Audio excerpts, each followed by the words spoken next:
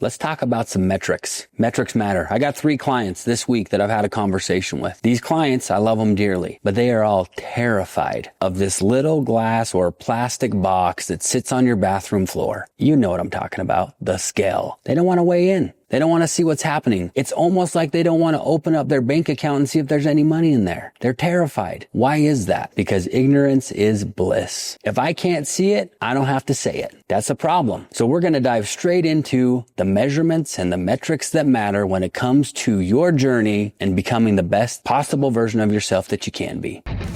Life is a pitch. It's simply that. It is a pitch, and it is fun. Let's make sure that you're being sold what you want and you're selling what you actually want to sell. I really just love selling. It's the easiest thing on the planet if you believe in yourself. Let's buckle up. By the way, my name's JL. This is Sell Anything.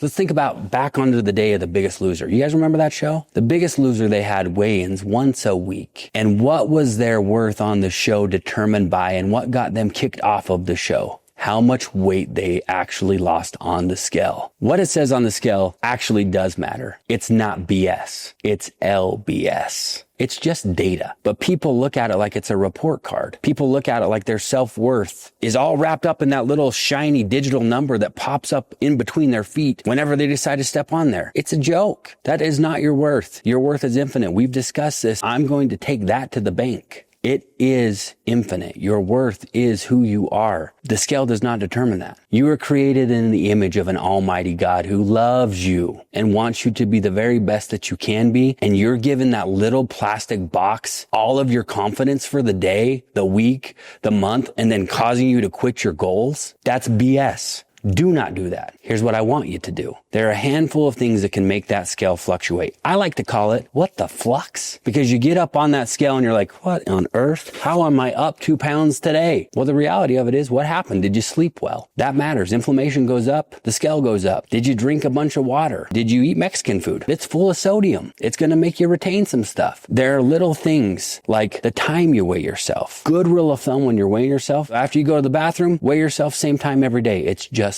data. Now here's why that matters. Data gives us the ability inside of the fitness world to make adjustments based off of facts, figures, not emotion. If you've got a 2-week trend and the scale is just doing this and it's trending down, we're on point and things are working exactly how you want, especially if you're looking to strip away fat. If you're on the opposite side, which there's not many people who are, but if you're trying to gain weight and the scale is doing this, we're on point. We can make decisions based off of data. Let's just debunk a myth really fast. How many of you have heard muscle weighs more than fat? I want you to just think about what was said there. A pound is a pound, whether it is a pound of fat or a pound of muscle. They weigh the same. The scale does not move, but it takes us to another measurement or metric that matters inside of your fitness journey. What does the mirror say? What do your clothes say? What do your progress pics say? What do the people that you're interacting with that haven't seen you for a while say? Dang, dog, you losing weight? Sometimes you might, and other times you might just be going through a little body transformation where the scale's not moving that much, but if you're taking all of your worth based off of what that scale is saying, you already quit. But if you can remember that if you're hitting the metrics that matter, if you're getting sufficient protein, if you're hitting the calorie targets that your coach assigns you, the scale is just data that we use every single day. But if it is the only data that you're using, it's like looking into your bank account and being like, why is it not changing, without looking at the entire picture of your cash flow. It is the exact same in your fitness. What are you consuming? Those are other metrics that matter. How much protein are you getting? What's your calorie surplus? What's your deficit? Where are you at with your calories? Inputs put into the system are going to determine outputs that come out of the system. But again, it does not define your worth. It just defines that the data is skewed because you don't know where you're at. Again, having a coach matters so much because they can walk you down the path and tell you exactly what you need to do. Because the beautiful thing about this, we've talked about it on a lot of the episodes. God wants you to win, so he gives you predictable systems and predictable patterns that if you just fall in line with them, success is inevitable. It's inevitable, and it's no different with your body. So I've tried everything, but nothing changes.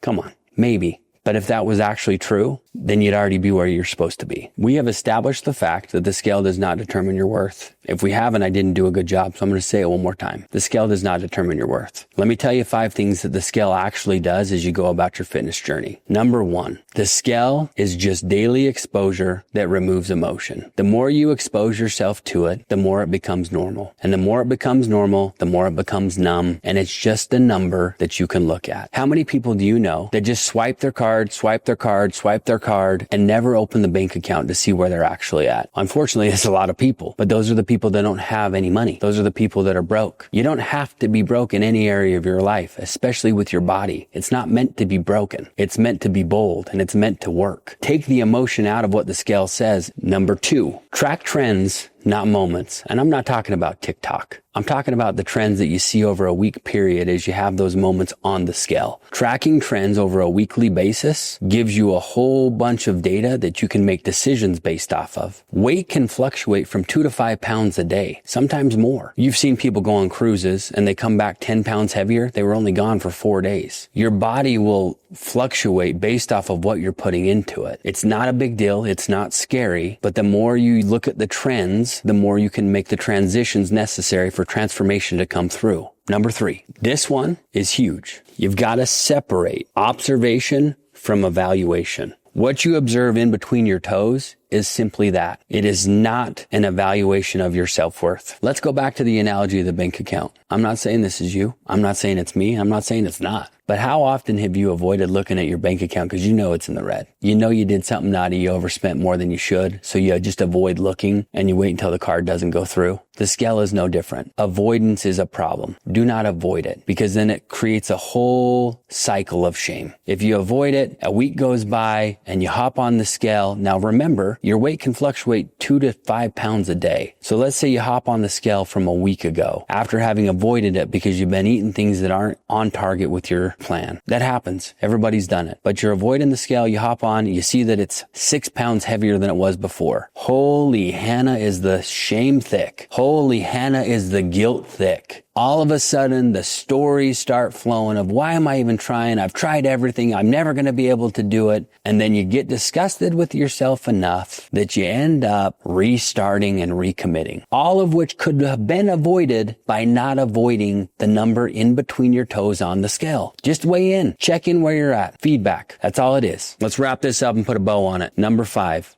daily weigh-ins, measuring the metrics that matter, hopping on the scale actually will lead to an identity shift. You move from being a dieter to a dedicated fit person. You're no longer dieting because you're not having a meltdown about the number in between your toes on the scale. You now just look at it as data, and you can make decisions to know, hey, is this decision that I am making based off of emotion or the direction that I want to go? Dieters make decisions based off of emotion. Dedicated people to their fitness and being the best version of themselves, it's all data driven. It's just like an investor. I'm going to make the decision on this play to put my money here because I know it's going to get me the return that I want to get. Your body is no different. I'm going to make this decision on what I'm going to eat tonight or what I'm going to eat over the course of the week because it's going to get me where I want to go. It's all part of the identity, which is vital for you to really have success in being fit. It has to become a part of your identity. The whole point of this episode is we want the scale to stop being a cop and to start being an accountant. Just to simply give you a fair assessment of where you're at based off of what you've done. Not a cop that puts you in self-worth jail